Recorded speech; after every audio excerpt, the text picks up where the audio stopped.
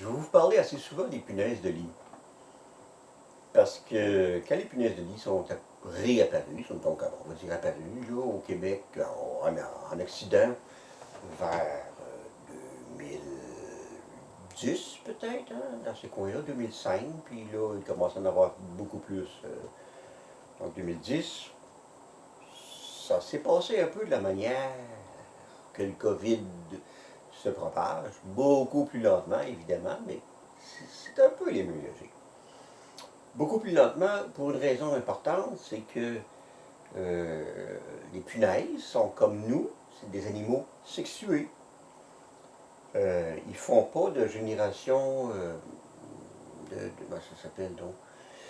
Comme certains insectes qui peuvent, certains pucerons et certaines hémiptères peut-être, hyménoptères, je ne sais plus trop, là, qui sont capables d'avoir, les femelles peuvent engendrer d'autres femelles pendant quelques générations, mais ça c'est vraiment à l'exception, c'est très très très rare. Normalement, ils sont comme les insectes, les humains, tout ça, ils ont besoin d'un mâle et d'une femelle. Et, et donc, le développement se fait moins rapidement que pour les bactéries qui ont juste besoin de se diviser en deux. Quand on dit bactéries, pensez tout de suite à yogourt, du yaourt, comme on dit en Europe, dans les vieux pays.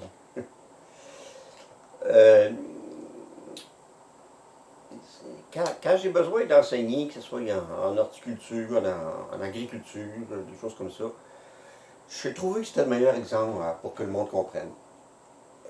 Voyez comment on fait du yogourt. Pour les virus, c'est pas pareil, parce que je l'ai dit, les virus et les parasites, c'est un peu différent. On va commencer par le yogourt pour qu'on fasse la différence avec les punaises de lit, puis après ça, on va aller au virus. Donc, je reviens à mon yogourt. Vous prenez de la nourriture à manger, donc de l'énergie. OK? Ça prend de l'eau. Ça prend de l'eau. Si c'est du lait pas en poudre, ça ne marchera pas. Ça prend de l'eau. Donc, on prend du lait en poudre, on rajoute de l'eau. OK? Ça prend de l'information. Une bactérie. Quand on fait du yogourt, on a besoin du code génétique, de l'ADN, des bactéries qui en ont fait avant du yogourt. On transmet l'information. C'est ça qu'il faut comprendre. Puis je trouve que des fois, les professeurs n'expliquent pas tellement bien. C'est pas parce que pas d'information, ton yogourt va rester du yogourt. Ton lait, je veux dire, excusez, ton lait va rester du lait.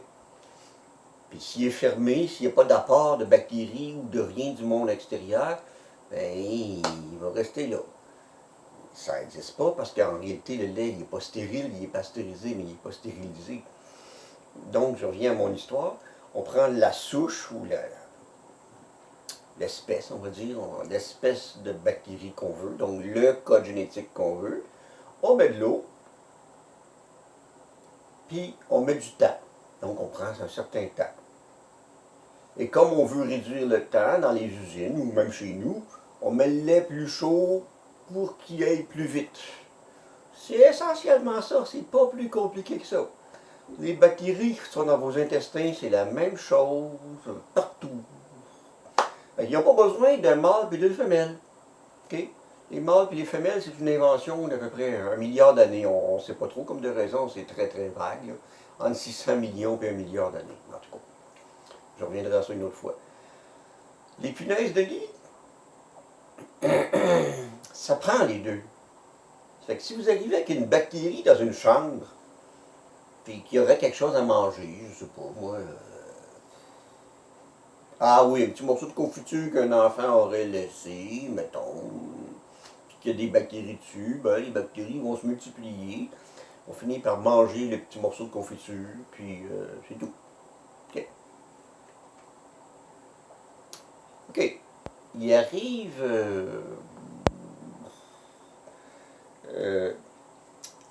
Les punaises de lit ont ceci de particulier, c'est que ce sont des hématophages. Ils se contentent, non, ils doivent, c'est des hématophages stricts, ils se contentent de, c'est pas ils se contentent, ils sont obligés d'avoir des repas de sang et de sang seulement, et de sang d'animaux à sang chaud. Voilà, je l'ai dit. Mais ils sont faits là comme ça. Okay? Les puces sont faites comme ça, puis les punaises sont faites comme ça. Pourquoi? Ben là, il faut comprendre que les punaises de lit sont d'abord des parasites des chauves-souris. Oui, les chauves-souris, vous allez en entendre parler souvent parce que Homo sapiens puis chauve-souris, on a une longue histoire d'amour-haine entre les deux. Si on recule, grotte de Lascaux, puis avant, 70 000 ans, des choses comme ça, là. Donc, 10 000, 50, 70 000 ans. Homo sapiens, ayant quitté l'Afrique, se trouva fort dépourvu quand la bise fut venue, et alla se réfugier dans des grottes. Il apprit à faire du feu, et à entretenir le feu en premier, ensuite à l'allumer, bon, en tout cas. Et après, il dut partager sa grotte avec des animaux qui étaient là bien avant eux. Ben, les chauves-souris, qui étaient là depuis très, très, très, très longtemps, bien avant les 70 000 ans. Là, pourquoi les chauves-souris attirent les punaises? Ben, je l'ai dit. Ben, on n'appelait pas ça des punaises de lit, c'était cette punaise-là. En fait, c'est un cimex. Excusez, pas besoin de retenir le nom. C'est qu'elle est faite comme ça. Elle est faite comme ça. Fait qu'elle ne peut pas rentrer dans le poil. Elle ne peut pas rentrer dans les chiens, dans les chats. Les chiens et les chats, c'est des puces. Les autres sont faits comme ça, avec les pattes en dessous, comme ça, là. Ça fait qu'ils ne sont pas capables d'entrer dans le poil. Les insectes, c'est toujours comme ça. En tout cas, très, très souvent comme ça. Chaque espèce se spécialise pour faire une affaire. C'est pas comme les humains qui ont une adaptation intraspécifique. C'est une adaptation d'une espèce à l'autre. Bon, puis donc, évidemment, pas dans le même espace de temps, c'est pas dans le même temps non plus. Bon.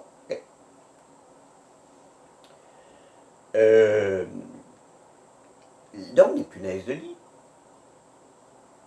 sont capables et sont développées, l'espèce, pas l'individu, l'espèce s'est développée pour parasiter, aller prendre son repas de sang dans les chauves-souris. Les chauves-souris, ça le dit bien, elles sont chauves. Hein? C'est des souris, pas de poils. Ben, c'est pas la même chose que des souris, vous le savez. Je pense que ça prend rien. Sinon, vous allez voir ces chauves-souris. Alors donc, et nous aussi, nous sommes chauves. Nous aussi, nous avons peu de poils. Ben oui, on n'a rien comme poils comparé à mes chats, comparé à mes chiens, comparé à n'importe quel mammifère. On n'a rien. On a des singes, des éléphants, ce que vous voudrez. Ça fait que donc, on était dans le même habitat, des grottes, avec des punaises capables de venir. Alors là, commencez à faire le lien avec les virus, les pangolins qu'on mange, les chauves-souris en Chine, tout ça. C'est très proche. Ou une autre espèce qui est très très proche, mais là pour la même raison, qui est proche des humains, c'est les porcs. Et comme l'espèce de porc est proche, ben, l'élevage de porcs, je ne veux pas m'embarquer là-dedans, cause le même genre de problème, mais pas le même genre de problème que ce que je veux dire, je vais m'écarter du sujet. Non, ok. Mais là, je vous ai dit tout à l'heure que les punaises de lit doivent être deux pour faire des bébés, croître, multipliez-vous, tout ça.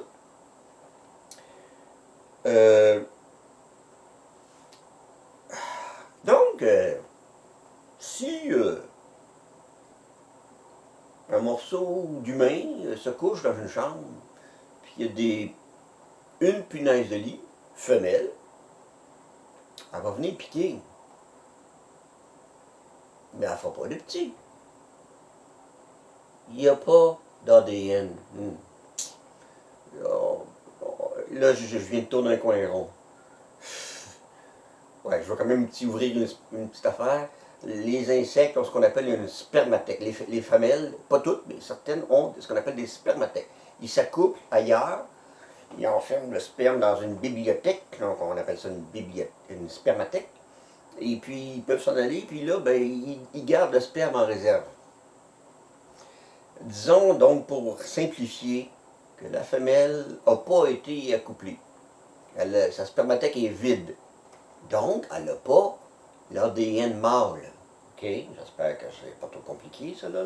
OK? Alors, elle peut vous piquer, elle peut vous piquer, mais elle ne fera pas aucun œuf. Elle ne fera pas des œufs. Donc, il n'y aura pas de bébé. OK? Après ça, il y a d'autres affaires plus compliquées, des stades larvaires, toute la patente, mais je ne veux pas vous embarquer là-dedans. Je reviens à ça. Donc, premièrement, ça n'en prend un mâle et une femelle. Le mâle ne sert pas à grand-chose à part de fournir la semence. Oh, je sens que je ne vais pas faire des réactions, cette affaire-là. Excusez. Ben, c'est comme ça pareil dans ce cas-ci, c'est exactement ça. Le mâle va piquer, mais c'est surtout la femelle qui va piquer, parce qu'elle, elle a absolument besoin de sang. Elle a besoin de protéines du sang pour avoir des œufs. Puis après ça, les bébés ont besoin de sang pour passer d'un stade larvaire à l'autre. D'un stade larvaire, je ne vois pas d'autre mot. OK. Ce qui est assez différent du virus, comme vous voyez. Les virus, c'est plus comme le yogourt. C'est pas du yogourt, c'est pas des bactéries, c'est des virus. Mais ça n'a pas besoin de se multiplier. Ça n'a pas besoin de se connecter à d'une autre espèce, de la même espèce, d'un autre sexe, pour échanger du matériel génétique. Ça se coupe en deux, puis ça s'en va. Ça fait une mitose. Ça se coupe en deux. Voilà. Donc, quand vous en recevez, vous autres, là, donc vous pensez à l'eau punaise et pensez à ce que je vais vous dire. Mettons qu'il y a un virus avec son matériel génétique, indexation, index qui est l'information, puis votre trachée, votre gorge est humide, donc il y a de l'eau, il y a ce qu'il faut. Vous donnez un peu de temps, OK? Ah, il n'y a pas besoin de faire plus que ça. Vous êtes, si j'avais à dire quelque chose, je dirais, puis en plus c'est chaud, hein? C'est chaud, c'est humide, comme un pot de yogourt, si on veut, hein? Ça fait que votre gorge est donc un endroit de prédilection pour les virus en général. Les virus du rhume, les virus de la grippe. Puis si vous êtes comme moi avec une santé un peu fragile, vous attrapez tous les virus qui passent, dont les grippes, puis dont le COVID, puis tout ça. Alors, c'est ça. Voilà. J'espère que j'ai fait ressortir, j'espère que j'ai fait ressortir, ce qui est important, c'est qu'il s'agit que le virus soit seul avec son petit bagage génétique en présence d'eau. Ah oui, puis de cellules compatibles. C'est pour ça que ça n'ira pas attaquer une espèce bien différente. Je ne sais pas si ça attaque les singes, mais en tout cas, chaque bagage génétique, chaque information de l'espèce va faire des cellules particulières. Hein. La gorge d'un humain, c'est pas la gorge d'un chien, puis c'est pas la gorge. Les parois des cellules ne sont pas les mêmes. Bon, c'est ça. Ça, c'est comme rapport. Voilà.